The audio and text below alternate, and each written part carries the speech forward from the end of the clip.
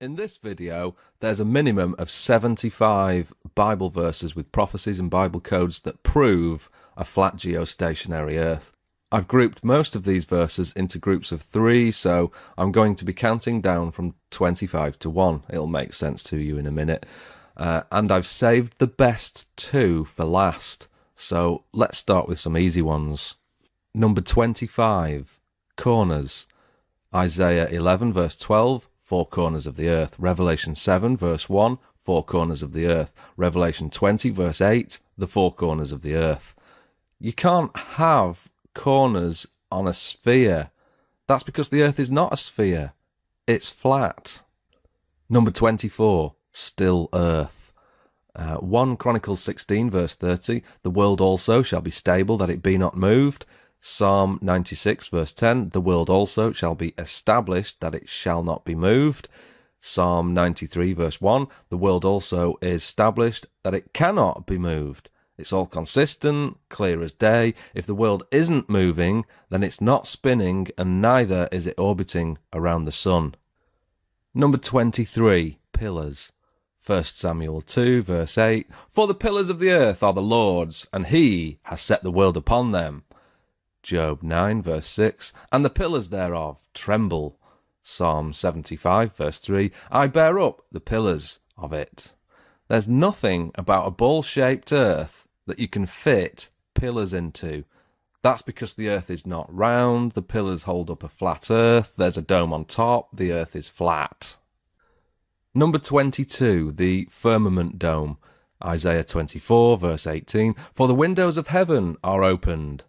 It's a dome over a flat earth. Isaiah 13 verse 13, therefore I will make the heavens tremble. If the heavens can tremble, then it has to have solidity to it. Genesis 1 verse 6, and God said, let there be a firmament in the midst of the waters, and let it divide the waters from the waters. It's a dome over a flat earth that separates the waters above the dome. I read this so many times and I didn't see what was going on. I read the word firmament, didn't understand it, but it makes so much sense now when you take it literally. Strong's Concordance defines the word firmament as a solid expanse, roughly like the domed roof on this building here. Here's the inside of that dome, and the stars that we see in the sky would be fixed into this solid firmament, and the whole thing rotates around a flat, stationary Earth. That's why all the stars move around the sky together as one set piece, because you can only have a solid dome separating the waters above from the waters and seas below on a flat Earth with the atmosphere in the middle. It doesn't work on a ball-shaped Earth. Number 21, the firmament dome continued. Isaiah 44 verse 24, I am the Lord who made all things, who alone stretched out the heavens, who spread out the earth by myself. Well, you can't spread something out by rolling it into a ball. Psalms 18 verse 9, he bowed the heavens also. 2 Samuel 22 verse 10 repeats Psalms. It says, he bowed the heavens also. Strong's number H5186 describes the word bowed as bend. The heavens bend around us. It's a domed heaven around a flat earth.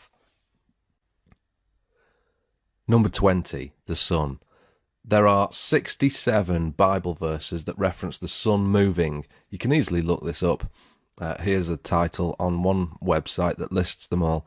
But zero, zilch, nothing, no Bible verses at all that ever make reference to the earth moving. So, at the very least, the Bible supports a geostationary earth. Number 19, Bible codes. If you're familiar with Bible codes, then you'll know there's a matrix of flat earth clusters from Luke 13 verse 28 to Luke 14. Here's the matrix. Here's flat, earth, and at equidistant letter spacing you'll also find dome, canopy, tent, truth, edge, disc even, and a lot more. If you don't have Bible code software, then you can do this for free at biblecodewisdom.com. Number 18, height and depth. Job 11 verse 8, it is as high as heaven, what can you do? Deeper than hell, what can you know? So there's a height to heaven and a depth to hell. You can't have a height to heaven on a heliocentric, ever-expanding universe model. You can only have a height to heaven on a flat earth that has a dome over the top of it. Number 17, length and width. Job 11, verse 9. The measure thereof is longer than the earth and broader than the sea. It doesn't say longer than the sphere and broader than the curved ocean. You can't have a length and breadth on a ball unless you change the wording of the Bible to accommodate it. You can only have a length and breadth on a flat, level plane. Number 16, wisdom. Colossians 2, verse 8 says, Beware lest any man spoil you through philosophy and vain deceit, after the tradition of men, after the rudiments of the world. 1 Timothy 6, verse 20, false science. 1 Corinthians 3, verse 19, For the wisdom of this world is foolishness with God. A ball-shaped world is wisdom to those that live in the world and get their information from TV or the education system.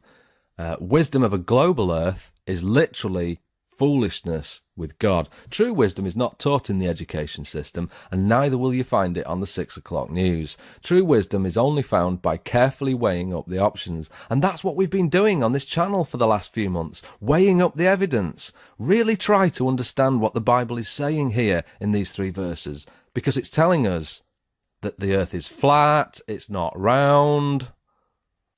Number 15, day and night. Job 26, verse 10. He has compassed the waters with bounds until the day and night come to an end. Well, that's interesting. Here's a flat earth map.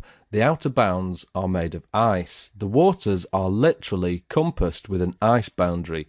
The sun goes around the earth like this. Both day and night can only come to an end where day and night meet the dome. Beyond the dome, time ceases to exist. Whoever happens to live in that realm outside the dimension of time, beyond the dome, which is the heaven, is also immortal. He's always been there. He can see the beginning and the end. Prophecies in the Bible, inspired by the Holy Spirit, show us the future is already foretold. And when the Bible talks of the everlasting, that's the place we all go to at some point. Problem is, most of us who reject the truth will face everlasting shame. Like it or not, we're all going to meet our Maker someday. So day and night can't possibly come to an end on a ball earth model. That's because the earth isn't a ball, the earth is flat. Number 14, foundations. Job 38, verse 4. Where were you when I laid the foundations of the earth? Declare if you have understanding. As we've just seen, the foundations of the earth are pillars. Isaiah 48, verse 13. My hand also has laid the foundation of the earth, and my right hand has spanned the heavens. When I call unto them, they stand up together. If the heavens stand up at his command, then it's telling us here that the heavens are a dome, it's a solid dome, the earth is flat. Number 13, footstool. Isaiah 66, verse 1. The heaven is my throne, and the earth is my footstool. Matthew 5, verse 35. He's swearing, nor by earth, for it is his footstool. Acts 7, verse 49. Heaven is my throne, and the earth is my footstool. This is what a footstool looks like. It's got 4 pillars. Here's another one. How exactly are you mistaking this for this? What footstool spins at 1,000 miles an hour? Number 12, desktop globe. Exodus 20, verse 4. Thou shalt not make unto thee any graven image, or any likeness of anything that is in heaven above, or that is in the earth beneath. Isaiah 42, verse 8. Neither my praise to graven images. It's also the second of the 10 commandments, so that rules out having a spinning globe on your desktop, because what's a spinning globe? It's a graven image that depicts the earth. Why was the commandment not to have those things? Because it indoctrinates without even speaking. The earth isn't a globe, it's flat. Number 11, the stars. Matthew 24, verse 29. The stars shall fall from heaven. Mark 13, verse 25, and the stars of heaven shall fall. Revelation 6, verse 13, and the stars of heaven fell unto the earth. We've all been brainwashed into thinking the stars are massive and trillions of miles away. The Bible is telling us the stars are not massive, they're small, close, and they're going to fall to the earth. So the universe that we see up there is dome-shaped and small enough to contain all the stars that circle around the flat stationary earth. Number 10, the universe. This is the ancient Hebrew view of the universe. We've got the earth on pillars, Sheol down there, and a dome over the flat geostationary earth, and all the stars and the sun and the moon inside the dome going around the earth. That's why in Genesis 1 verse 14 it says, "Let there be lights in the firmament of heaven," not orbiting a Milky Way galaxy, no, inside the dome, the firmament. Number 9, sun circuit. Psalm 96 verse 10, "The world also shall be established, that it shall not be moved." King James Version.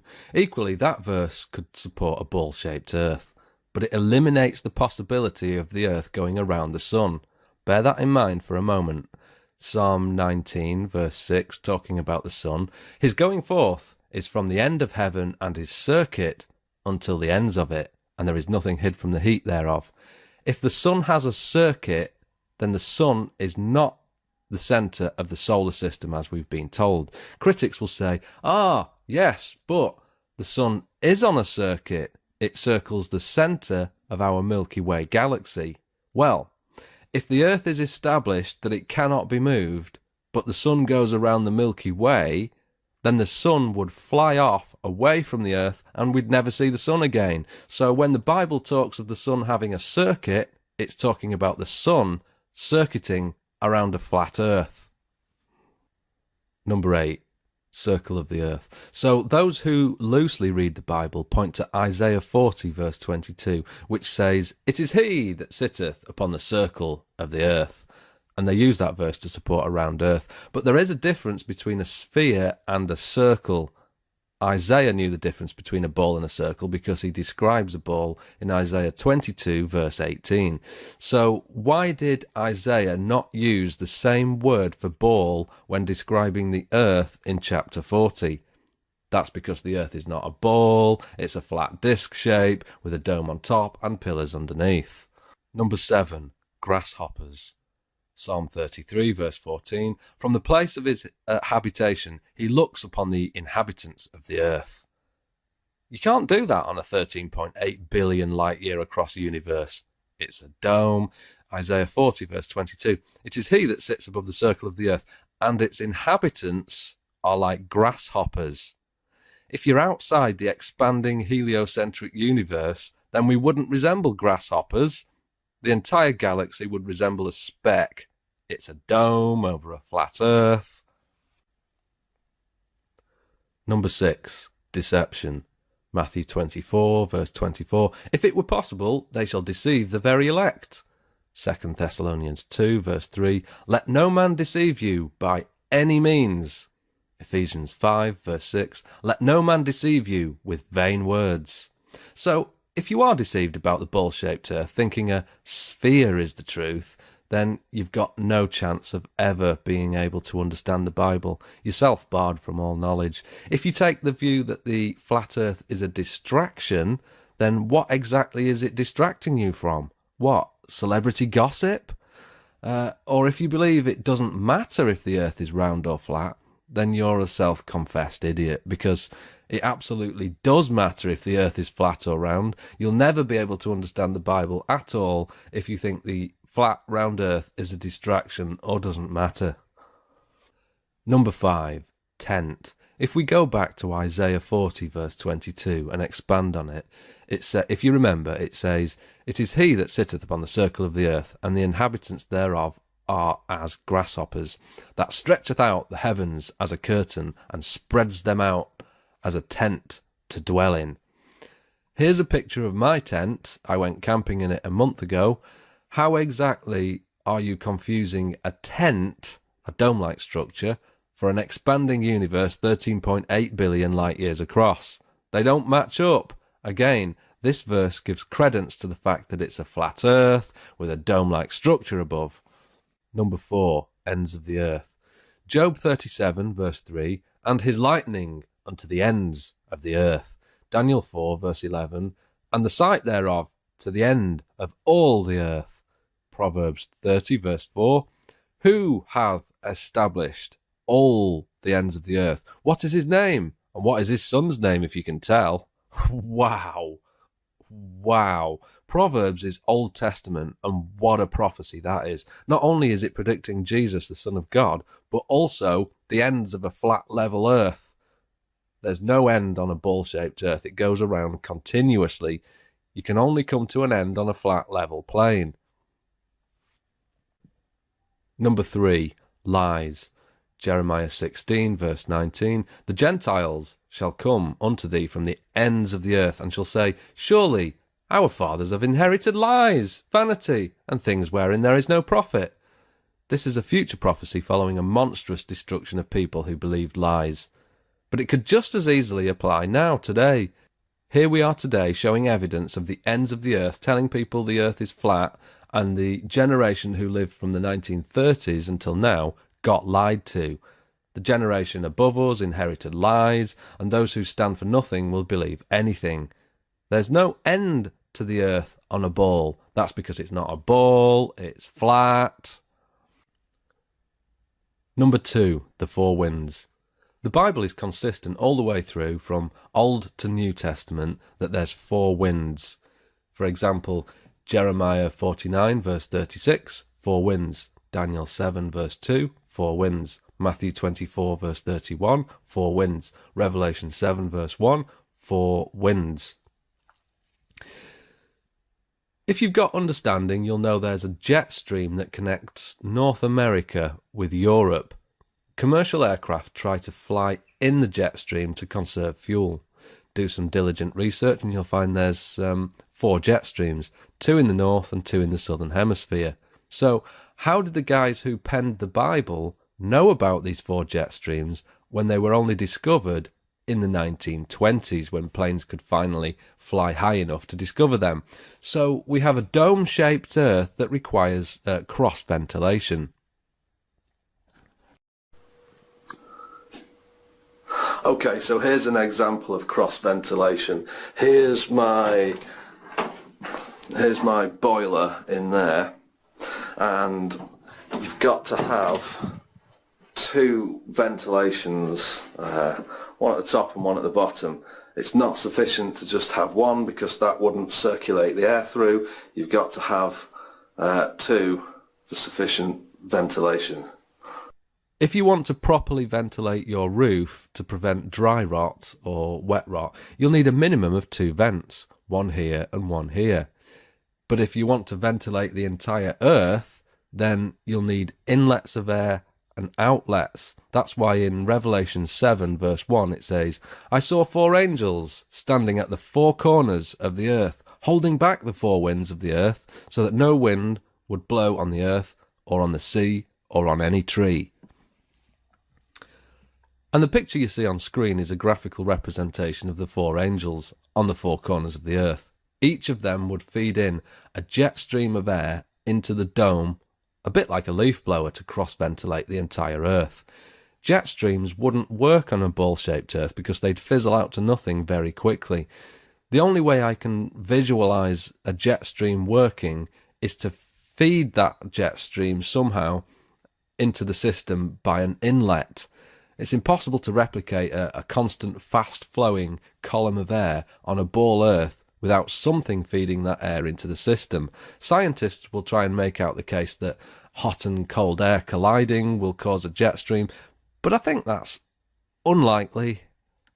So that brings us to the number 1 reason, and that is mathematics. In Psalm 147 verse 5, it's referring to the Almighty. It says, His understanding is infinite. And if we get to Genesis 1 verse 1, in the beginning God created the heaven, singular, and the earth. What you're about to see is approximately 20 seconds of complicated stuff. Just follow along as best you can here for 20 seconds, because this will knock your socks off. In Hebrew, the first sentence of the Bible looks like this. If you take the number of Hebrew letters and times that by the product of the letters, and then divide that by the number of words times the product of the words, you get 3.1416. That's the value of pi to 4 decimal places. Pi is the relationship of a circle's circumference to its diameter, so you measure the circumference of any circle all the way round and divide that by the diameter straight across, and you get 3.14, the value of pi, an infinite string of numbers. Okay, that's the complicated stuff over. What the Bible is describing here is clearly a circle and not a sphere. And only a flat geostationary circular Earth fits that description. And if that failed to knock your socks off, then you've not been paying attention, because what we've got here is the Bible describing the creation of the earth in words, and behind those words we've got a mathematical formula that not only verifies the authenticity of the text, a fingerprint of God if you will, but it describes the very shape of the earth, circular. In the future I might post a video just on this subject alone, or I might write a book on the subject, or I might correspond with and collaborate with people who care. There's a lot more to this than meets the eye. And finally, Luke 18 verse 17, for nothing is hid that shall not be made manifest, nor anything secret that shall not be known and come to light.